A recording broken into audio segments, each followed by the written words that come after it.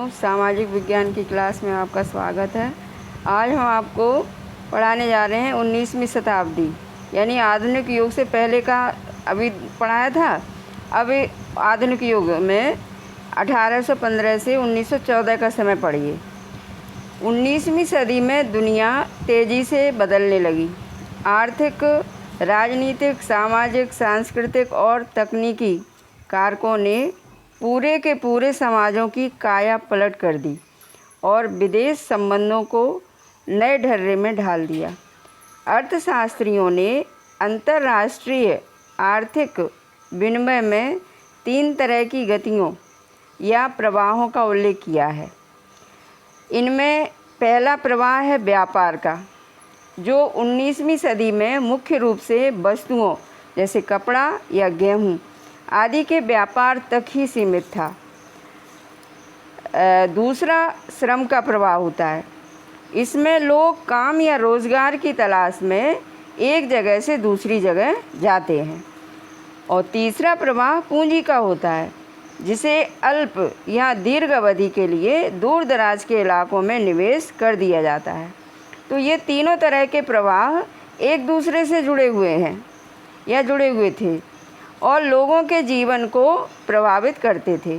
कभी कभी इन कारकों के बीच मौजूद संबंध टूट भी जाते थे। उदाहरण के लिए, वस्तुओं या पूंजी की आवाजाही के मुकाबले श्रमिकों की आवाजाही पर प्रायः ज़्यादा शर्तें और बंदिशें लगाई जाती थीं। फिर भी यदि हम इन तीनों प्रवाहों का एक साथ अध्ययन करें तो 19वीं सदी की विश्व अर्थव्यवस्था को ज़्यादा अच्छी तरह समझ सकते हैं। अब समझें विश्व अर्थव्यवस्था का उदय यानी विश्व स्तर पर अर्थव्यवस्था का उदय कैसे हुआ। इस विषय को समझने के लिए सबसे पहले औद्योगिक यूरोप में खाद्य उत्पादन और उपभोग के बदलते रुझानों पर विचार करें तो बेहतर होगा। सामान्य रूप से सभी देश भोजन के मामले में आत्मनिर्भर होने का प्रयास करते रहे हैं। भाई, जैसे खाने का सामान तो सभी को चाहिए और सभी देश आत्मनिर्भर होने की इसमें कोशिश करते रहे हैं। लेकिन 19वीं सदी के ब्रिटेन की बात अलग थी। अगर उस समय ब्रिटेन खाद्य आत्मनिर्भरता के रास्ते चलता तो वहाँ के लोगों का जीवन स्तर गिर जाता और सामाजिक तनाव फैलता। आइए देखें कि इस आशंका के पीछे क्या कारण थे।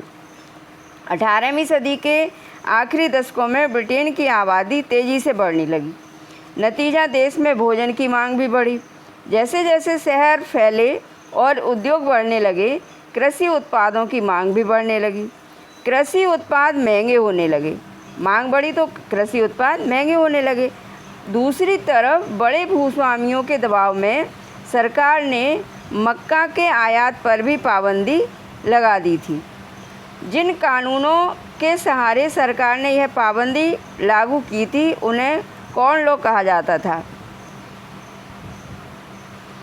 खाद्य पदार्थों की ऊंची कीमतों से परेशान उद्योगपतियों और शहरी बासिंदों ने सरकार को मजबूर कर दिया कि वह कॉर्न लॉ को फ़ौरन समाप्त कर दे।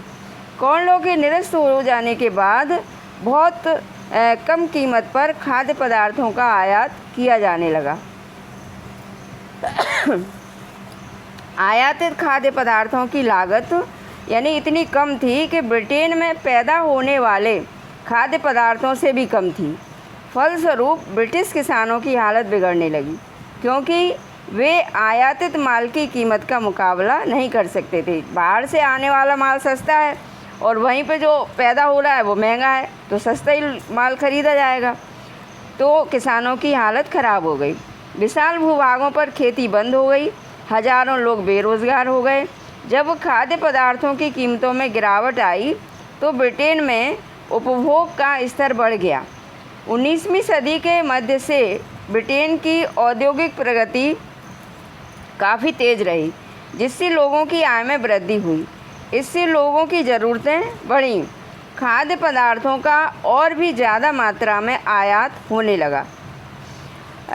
पूर्वी यूरोप, रूस, अमेरिका और ऑस्ट्रेलिया दुनिया के हर हिस्से में ब्रिटेन का पेट भरने के लिए ज़मीनों को साफ करके खेती की जाने लगी। और खेती के लिए ज़मीन को साफ कर देना ही काफ़ी नहीं था, खेतीहर इलाकों को बंदरगाहों से जोड़ने के लिए रेलवे की ज़रूरत थी। क्यों? क्योंकि सामान लाएंगे तो ढुलाई के लिए तो कुछ चाहिए, तो रेलवे की ज़रूरत थी। ज़्यादा तादाद में माल ढुलाई के लिए नई गौनियाँ बनाना और पुरानी गौनियों को फैलाना ज़रूरी था। नई ज़मीनों पर खेती करने के लिए आवश्यक था कि दूसरे इलाके के लोग वहां आकर बसें, यानी नए घर बनाना, नई बस्तियां बसाना भी ज़रूरी था। इन सारे कामों के लिए पैसा चाहिए था, पूंजी और श्रम दोनों की ज़रूरत थी। इसके लिए लंदन जैसे वित्तीय केंद्रों से पूंजी आने लगी।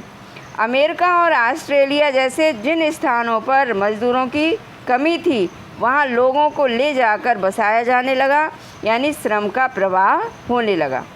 19वीं सदी में यूरोप के लगभग 5 करोड़ लोग अमेरिका और ऑस्ट्रेलिया में जाकर के बस गए।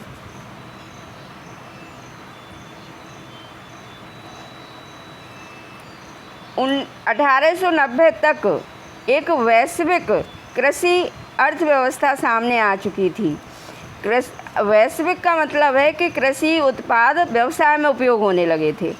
इस घटनाक्रम के साथ ही श्रम विस्थापन रुझानों, श्रम यानी मजदूर एक जगह से दूसरी जगह जाकर के काम कर रहे हैं, इसको कहते हैं श्रम विस्थापन रुझानों से पूंजी प्रवाह, यानी पूंजी भी अब एक जगह की दूसरी जगह लगने लगी, और पारिस्थितिकी और तकनीकी में गहरे बदलाव आ चुके थे। अब भोजन किसी आसपास के गांव या कस्बे से नहीं, बल्कि हज़ारों मील दूर से आने लगा था। अब अपने खेतों पर खुद काम करने वाले किसान ही खाद्य पदार्थ पैदा नहीं कर रहे थे। अब यह काम ऐसे औद्योगिक मजदूर करने लगे थे जो संभवतः हाल ही में वहाँ आए थे, यानी खेत उनके नहीं है, वो केवल मजदूर के रूप में वहाँ पे काम कर रहे हैं। और ऐसे खेतों में काम कर रहे थे जहाँ महज एक पीढ़ी पहले संभवतः ठेठ जंगल रहे होंगे, यानी वहाँ पे पहले खेती नहीं होती थी। खाद्य पदार्थों को एक जगह से दूसरी जगह पहुँचाने के लिए रेलवे का इस्तेमाल किया जाता था। रेल का नेटवर्क इसी काम के लिए बिछाया गया था। पानी के जहाज़ों से इसे दूसरे देशों में पहुँचाया जाता था, और इन जहाज़ों पर दक्षिण यूरोप, एशिया, अफ्रीका और कैरिबियाई द्वीप समूह के मज़दूरों से बहुत कम वेतन पर काम करवाया जाता था। अब कल्पना करें कि आप आयरलैंड से अमेरिका में आए एक खेत मज़दूर हैं। इस बारे में एक पैराग्राफ लिखिए कि आपने यहाँ आने का फ़ैसला क्यों किया और अब आप अपनी रोज़ी रोटी कमाने के लिए क्या करते हैं। बहुत छोटे पैमाने पर ही सही, लेकिन इसी तरह के नाटकीय बदलाव हम अपने यहाँ भी देखते हैं, पंजाब में भी देख सकते हैं। यहाँ ब्रिटिश भारतीय सरकार ने अर्ध रेगिस्तानी परती ज़मीनों को उपजाऊ बनाने के लिए नहरों का जाल बिछा दिया, ताकि निर्यात के लिए गेहूं और कपास की खेती की जा सके। क्योंकि जब अंग्रेजी शासन रहा था तो यहाँ से कच्चा माल वो सीधा इंग्लैंड ले जाते थे। नई नहरों की सिंचाई वाले इलाकों में पंजाब के अन्य स्थानों के लोगों को ला करके बसाया गया। उनकी बस्तियों को कैनाल कॉलोनी यानी नहर बस्ती कहा जाता था। भोजन तो सिर्फ एक उदाहरण मात्र है, कुछ ऐसी ही कहानी कपास की खेती में भी रही, जिसकी दुनिया भर में बड़े पैमाने पर खेती की जाने लगी थी, ताकि ब्रिटिश कपड़ा मिलों की मांग को पूरा किया जा सके। यानी ब्रिटिश यानी इंग्लैंड में जो कपड़ा मिले हैं वहाँ पर कपास की पूर्ति की जा सके। रबड़ की कहानी भी इससे अलग नहीं है। विभिन्न चीज़ों के उत्पादन में विभिन्न इलाकों ने इतनी महारत हासिल कर ली थी कि 1820 से 1914 के बीच विश्व व्यापार में 25 से 40 गुना वृद्धि हो चुकी थी, और इस व्यापार में लगभग 60% हिस्सा प्राथमिक उत्पादों यानी गेहूं और कपास जैसे कृषि उत्पादों और कोयले जैसे खनिज पदार्थों का था।